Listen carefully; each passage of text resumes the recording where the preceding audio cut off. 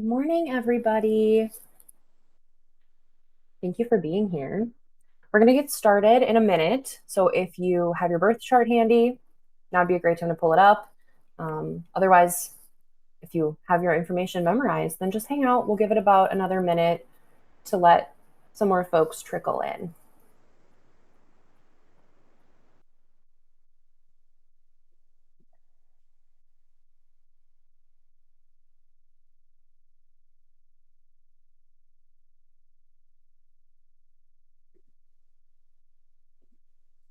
All right, let's get started. Oh, I hit the wrong button. Here we go. So, very excited to be here today talking to you all about two of my favorite things, which are astrology and compatibility. I'm Nicole Wells. My book with Llewellyn came out in March. I've got a picture of it later on in the presentation if you haven't seen it. It's called It's All About Astrology. And we're just going to dive right in, start talking about some astrology basics. So, we'll start with the basics, and then we're going to take it a little bit deeper with element and modality, which a lot of people that are completely new to astrology aren't super familiar with. And then we're going to take that information and start putting it together. And this is where the presentation will really start to kick in. What we need in romantic relationships and how we can kind of use that information to set ourselves up for success in our love lives. And then at the very end, I'll talk a little bit about how you can take this information a step further after today. And there'll also be time for a Q&A at the end. We'll have hopefully about 10 minutes. Okay, so we're going to start with the basics. If you're familiar with all of this, feel free to kind of zone out for a couple minutes. So here we have the 12 zodiac signs. Now, I really wanted to start with this because I think it's important to note that a lot of us are familiar with our sun sign, but we don't necessarily realize that we have all 12 of these signs in our birth chart. So it's very unlikely that all of your signs are in one. And so we're going to return to this in a little bit. I'll take it a step further, but my goal here was just to remind all of us that we are a sum of very many parts. So I'm a Virgo sun, but my chart shows placements in just about every sign that we've got shown here, and yours probably does too. And then we have the planets. So the inner planets will be what most of this presentation today is focused on. I've got just a buzzword for their primary influence here at the bottom. Lots of folks are familiar with their sun sign, which primarily influences personality, but we also have our moon sign, which primarily indicates our emotional needs and how we regulate ourselves. We've got Mercury, which is the planet of communication, also social media. And then we've got Venus. Now I have love times 2 because Venus not only tells us what kind of love we need from others, it can also tell us how we naturally give love. So both of those things are very important in relationships. And then we have Mars, which is the planet of passion. And so in this presentation, I also think it's important to mention the planet of sex. And all of these will appear in your birth chart. You'll have all of these in one of the 12 signs. And I like to focus on the moon, Venus, and Mars when I think about compatibility, because of course, while all of these are important aspects of compatibility, I think most people who have dated around can confirm that while you might be emotionally compatible with someone, you might not be sexually compatible, etc. Oh, I took it a slide too far. We also have the outer planets. I won't be spending any time talking about them in today's presentation, but all of these are also in your birth chart. And so after the presentation, you might want to take a peek at Saturn and Pluto specifically when thinking about romantic compatibility. So that was our very basic intro to astrology, and we're going to dive right in, taking it a step further with element and modality. So this is something that a lot of folks who are new to astrology have a hard time with. And so I've made this little chart here. Hopefully it's helpful. I think it's important to note that all of the signs fit into these two categories. So you can see here, we've got the signs arranged by element this way, laterally, and then we have them arranged by modality vertically. And this can be another aspect of compatibility and what most of the presentation today will focus on. So I want to spend a little time talking about what the elements are attracted to generally. So fire signs, we see Aries, Leo, and Sagittarius. If you think of a flame, it's very quick to ignite. So fire signs are very quick to have their interest piqued by somebody. They love passion and play and fun. They get bored very easily. And just like a flame can quickly be ignited, it can very quickly be doused out. When we think of earth signs and what earth signs are attracted to, just like the earth beneath our feet, Capricorn, Taurus, and Virgo are very grounded individuals, and they are looking for long-lasting types of connections, typically. I think of the word legacy when I think of earth elements. What they're actively seeking in a romantic relationship is somebody to establish some form of legacy with. Air signs in the work that I've done, I've noticed, are very attracted to intelligence more than any other element. And so an air element, Libra, Aquarius, or Gemini placements are going to be attracted to somebody that they can have a really great conversation with, somebody smart, somebody witty. And these are placements that if you are talking about your achievements, an air sign is going to find that so sexy. Whereas the other elements, of course, might find it sexy as well. For air signs, that is like the creme de la creme. And then water signs, I like to think of a large body of water. We know still waters run deep. And so water signs are deep thinkers and feelers and are ultimately seeking somebody that they have a soul bond with. They are looking for that kind of deep love, ride or die love, where somebody gets them like no other. Then we're going to take a look at the modalities here along the top. So there are 3 modalities. Cardinal modalities in relationships are the ones who are very quick to pick themselves up and brush themselves off. So I like to think of it as if an Aries, Capricorn, Libra, or Cancer had just gone through a breakup, they're probably still going to go to work a couple days later, maybe even the next day. And that doesn't mean that they're not dealing with heartbreak and feeling all of the emotions, but they're not going to let anything keep them down for very long. They're going to get right back up and go. Fixed signs, if cardinal signs are sort of like pressing on a gas pedal, are much more of the brakes. Fixed signs do not like change, and fixed signs move very slowly. So in relationships, fixed signs might stay in a relationship longer than they really should because it's comfortable and that feels safer to them than trying something new and leaving a relationship that might not be meeting all of their needs. And then in relationships, mutable signs fall somewhere in the middle. I like to think of them as they'll bend rather than break. And so mutable signs are the kinds of people that will say things like, "What do you want to do, dear?" And in general, they really do mean it. And so if a mutable person is matched up with a cardinal person, for example, they'll probably let their cardinal partner take more of the lead. Whereas a fixed and mutable combo, the mutable person might take more of the lead. They can kind of fall in the middle. Now, obviously, ultimate compatibility would be for us to fall in love with someone who has the exact same placements as us because we just know each other so well and we see everything the same way. And that would also be so incredibly boring. And so what I really want to focus on here is thinking about if we aren't going to meet somebody with all of the same elements and modalities as us, can we meet somebody that has some of them? And so we might not have all the same placements, but if our partner has a similar element or a similar modality in their chart, that can really add an extra element of compatibility. So now we're going to take this back to that slide I showed you earlier, focusing on the signs' primary needs in their relationships. So this is a great slide to grab a screenshot of or to return to when this presentation is up on YouTube. And so I put a little buzzword here that kind of taking into account the elements and the modalities for all the signs, what they really are looking for. So if you've got your chart pulled up, look at the word next to your moon, your Venus, and your Mars. I'll give you a minute here.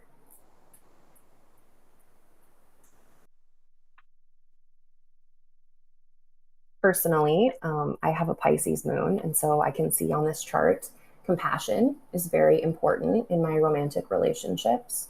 And my Venus and Mars are both in Cancer. And so in that case, that buzzword would be safety. So I'm looking for a compassionate, safe partner to really get my primary needs met. All right, so now we're going to start putting the pieces together. We're going to do a little activity. This is my favorite part of the presentation. But before we do an activity, we're going to talk about how you can take this to learn more about yourself. So my favorite thing about astrology is that I have learned so much more about what I need in my life. So when we think about the moon, Venus, and Mars in that context, here's where they can really show us something. So we know the moon rules emotion. So when we think about the element and modality of our moon sign, it can teach us how we need to get our emotional needs met.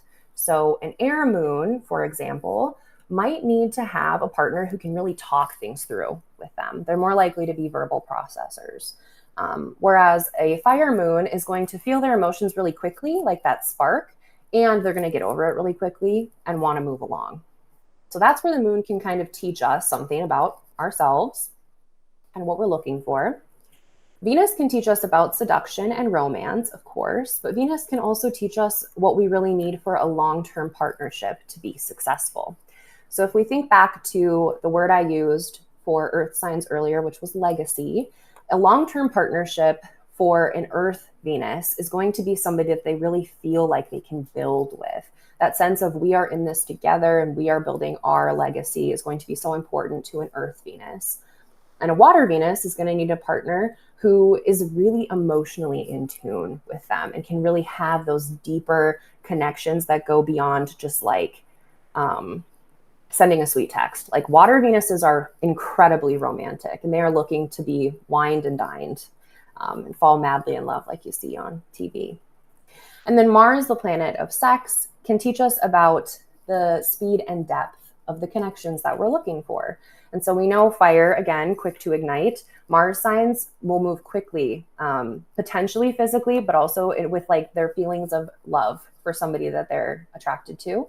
And also they're gonna probably get bored pretty quickly. The depth of the connection might not be as important for a fire Mars, whereas the complete opposite here, a water Mars, opposite element, right? Water Marses are probably going to move a little slower and the depth is going to be very important, more so than the speed with which they get there. Earth signs tend to be a little slower with their speed and a little slower at building a deep connection. And air Marses fall somewhere in the middle. So we're going to do a little activity and we're going to pretend that we have been approached by a person named Morgan, and Morgan is going on a dating show. Morgan's got 3 date options to choose from, but all we know about Morgan is their moon, Venus, and Mars signs. So we can see here Morgan, Scorpio moon, Libra Venus, Capricorn Mars. And Morgan's going to come to us. Let's pretend that we are Morgan's astrologer, and Morgan's going to say, here are my 3 date options. So I want you to take a peek at these 3 people who all we know about them is their moon, Venus, and Mars. And I want you to really think, who would you recommend Morgan go on a date with based off of this information alone? I'm going to give you a second here. Watch in the chat. Who do you think Morgan is most compatible with?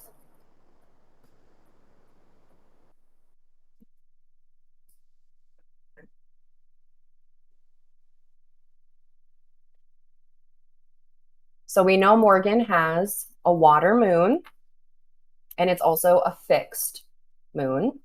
So a deep feeler and probably pretty slow to want to leave relationships. Morgan's in it for the long haul. Okay, I'm seeing 2 options so far. Okay. We know Morgan has a Libra Venus. So Libra is a lover of a sign, and it's also an air sign. So Morgan's going to be attracted to that intelligence, wit, banter. And then Morgan has a Capricorn Mars. So Morgan might be slower with the speed and depth of connection. And Morgan is going to be looking for someone to really build a legacy with. Okay, so we're split between A and C. I see 1B in the chat too. So now I'm going to show you how I would interpret this information, how I would choose who Morgan should go on a date with. And there's a little twist, so hang in there with me. So we can see here, I put little symbols to represent compatibility. So we see this green check mark means that the element matches. So date A, Morgan and date A both have a water moon. And then the M indicates modality. So we can see that both Morgan and date A have a cardinal modality sign. So there's some great compatibility potential there. Date B doesn't have quite as much in common with Morgan. Same modality on their Venus signs, But to me, the differences in their moon signs are pretty indicative that this might not be a relationship where they can meet each other's emotional needs. And then date C, we're seeing the same modality, another fixed moon sign. So probably really committed to working on the relationship, not quick to leave. Another air Venus sign, so loving the wit, the banter, probably would have a great communicative compatibility here. And then with the Mars signs, both of them looking for that long-term legacy with their partner. Now, the little twist here that I have not covered in this presentation is planetary compatibility. And so we'll see if I can, oh, the slide skipped. Oh, okay, I lost my glyph. There should be a little P here, and this little P would indicate that Libra and Taurus are actually both ruled by the same planet, which I think some of you might have picked up on when you chose date A. And so while Morgan and date A do not have any elemental or modality compatibility in their Venus signs, they're both ruled by Venus. So there actually is quite a bit of fair compatibility there. So date A would also be a pretty good contender, a person that Morgan could be really compatible with. I don't think date A or date C would be a bad choice for them. So I really wanted to include this because I think oftentimes we can learn about astrology and kind of say to ourselves, what do we do with this? So my hope today was to illustrate how you can use this information to learn more about how to give others guidance about their love life, in addition to getting more guidance for yourself. And now we're going to talk a little bit about how you can take all of this a step further. I would definitely recommend starting with the houses. If you're not familiar with the houses, this is another area where you might see compatibility in a chart. If you and your partner have the same planets in the same houses, that indicates compatibility. It's actually a very strong indicator as well. Aspect patterns are the lines that you'll see in the center of a birth chart, and those can indicate whether our planets are supporting each other or more in conflict. That's really great for self-exploration of astrology. The essential dignities, which I didn't really touch on in this presentation either, show where the planets are most comfortable. So in this case of date A and Morgan, both of them have their Venus in a sign that is ruled by Venus. And so we know Venus would be very comfortable there, which could make the two of those people very compatible. And then lastly, synergy is another great thing to look into, which is when you take two birth charts, plug in the information, a website creates one singular birth chart for you. And that can indicate a little bit more compatibility, and the aspect patterns in synergy are really interesting and another great thing to take a peek at. You can also check out my book if you want to learn a little bit more. It's actually available. It's being raffled off as part of LlewellynCon, so make sure to enter if you haven't already. You can see the headers I included here. I do talk about love in this book, but I also really focus on relationships in general, including our own relationships with ourselves. So you can see that a lot of these headers have to do with other people, and about half of them have to do with just like you as a person and what you most need in your life and in your relationships. And then we've got my social media information. So if you want to stay in touch, my Instagram and TikTok are Nicole Well. And now we're going to take the last 10 minutes here for a Q&A. If anybody has any questions for me or clarifying questions about the presentation. Okay. Nancy says, to add a planet to the mix, how does Saturn affect Venus or Mars in a chart? Is it always limiting or setting boundaries? You have them all together in the 11th house. That's a great question, Nancy. So Saturn is the planet of life lessons. And so what this would indicate to me is that Venus and Mars, I'd be really curious about the aspect patterns between the three planets.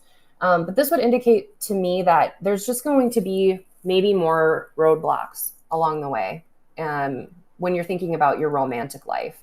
And so there might be more like missed connections or difficulties connecting. I think Saturn, when we hear that it's a planet of life lessons, we assume like it's just brutal, but oftentimes our life lessons guide us toward the places that we're supposed to be.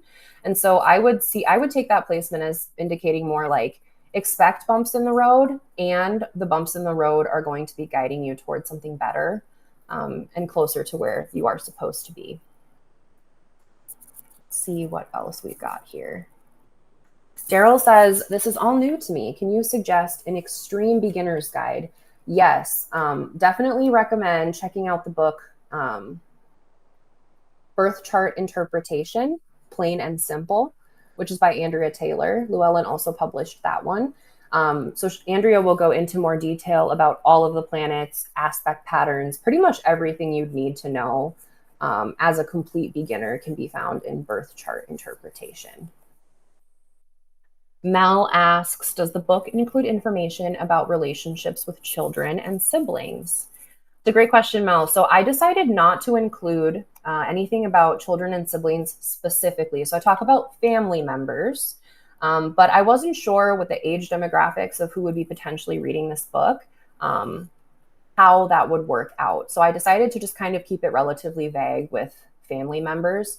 And I think a lot of the information that I would include that says family members would be very applicable to relationships with children and siblings. Brill says, what should a person do / think if a house or planet in a birth chart does not resonate at all with the reality of the person it belongs to? That's a good question, Brill. My gut response to that is that life is very long. And our birth chart is an image of everything that will happen to us in our lifetime, right? And so not just birth, but all the way till death, which hopefully all of us can live very long, happy, healthy lives. And so it might not resonate at this point in time for you. That doesn't mean that it won't resonate in 5 years or 10 years. And so I would encourage you to look into, I'm blanking on the specific term for it, but looking at which, I think, is it projection year, which house you're currently in. Every year when we have a birthday, we're living in a different house of our birth chart. So see where you're at. They also, I think it's Huber, talks about each of the houses representing about 6 years of life. And so the house or planet that you're speaking of might be one that actually falls into a later category for you. So if it's in like the 11th house, for example, we'd be looking at entering our 11th house when we are close to, I can do math, close to 70, close to retirement. And so I think that's a really interesting question that does not have an easy answer. Hopefully that was helpful. Mike says, do you find progressed aspects more powerful than natal? That's a really good question, Mike. Personally, I tend to be more of, I'm leaning more on the natal side myself. I don't do a ton of progression work with astrology. And I think for me, that is simply because it's easier for me to keep up on my own chart than to start factoring in all of the progressions. So I don't know that I would necessarily say I find one more powerful than the other. I think it's just a personal preference. Birth charts at the moment of our birth are really my bread and butter, and the progression piece is not as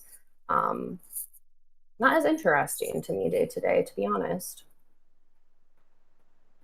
Daryl says, how does one figure out their birth chart without knowing time of birth?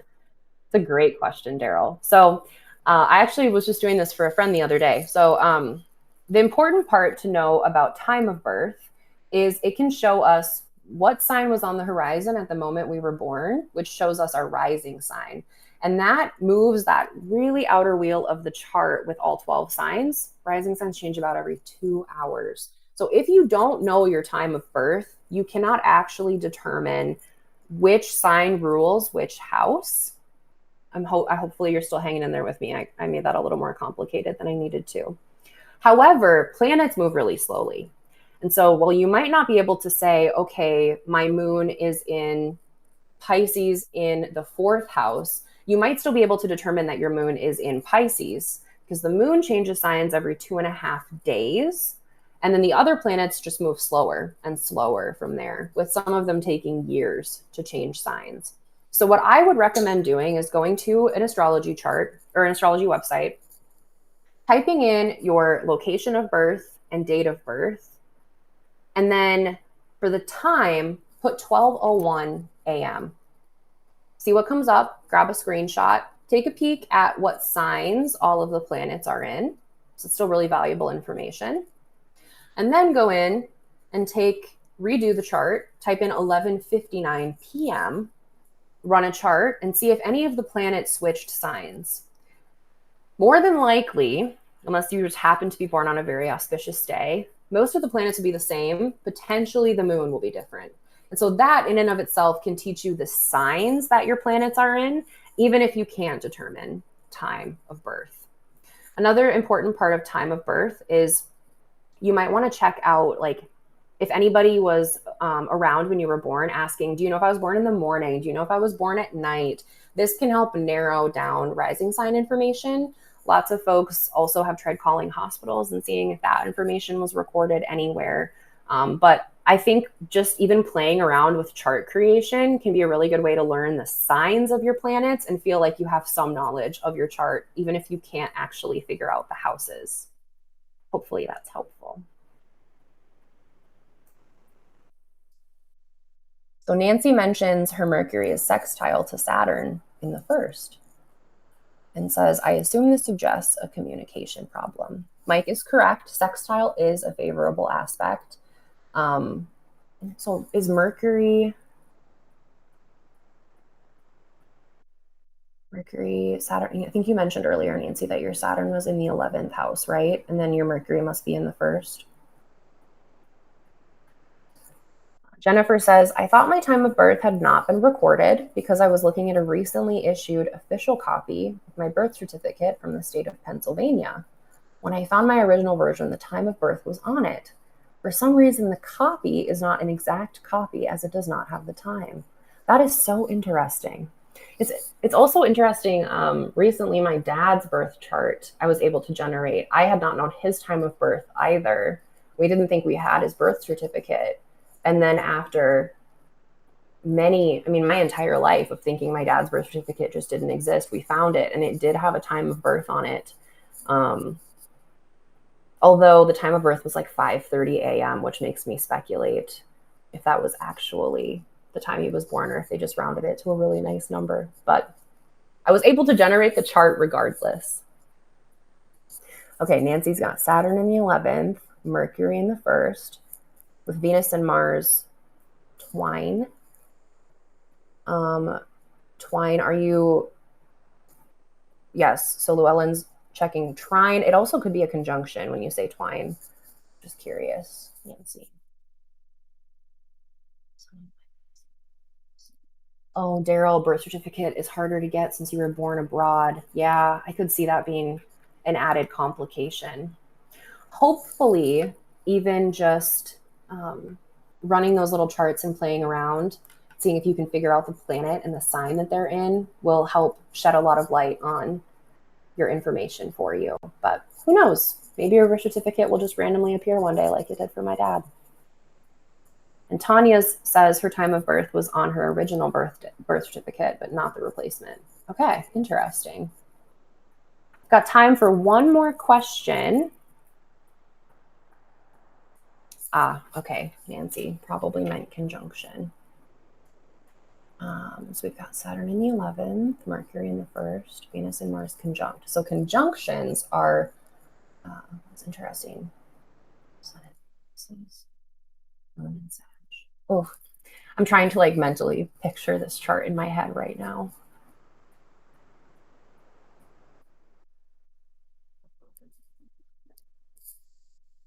Thank you, Mel.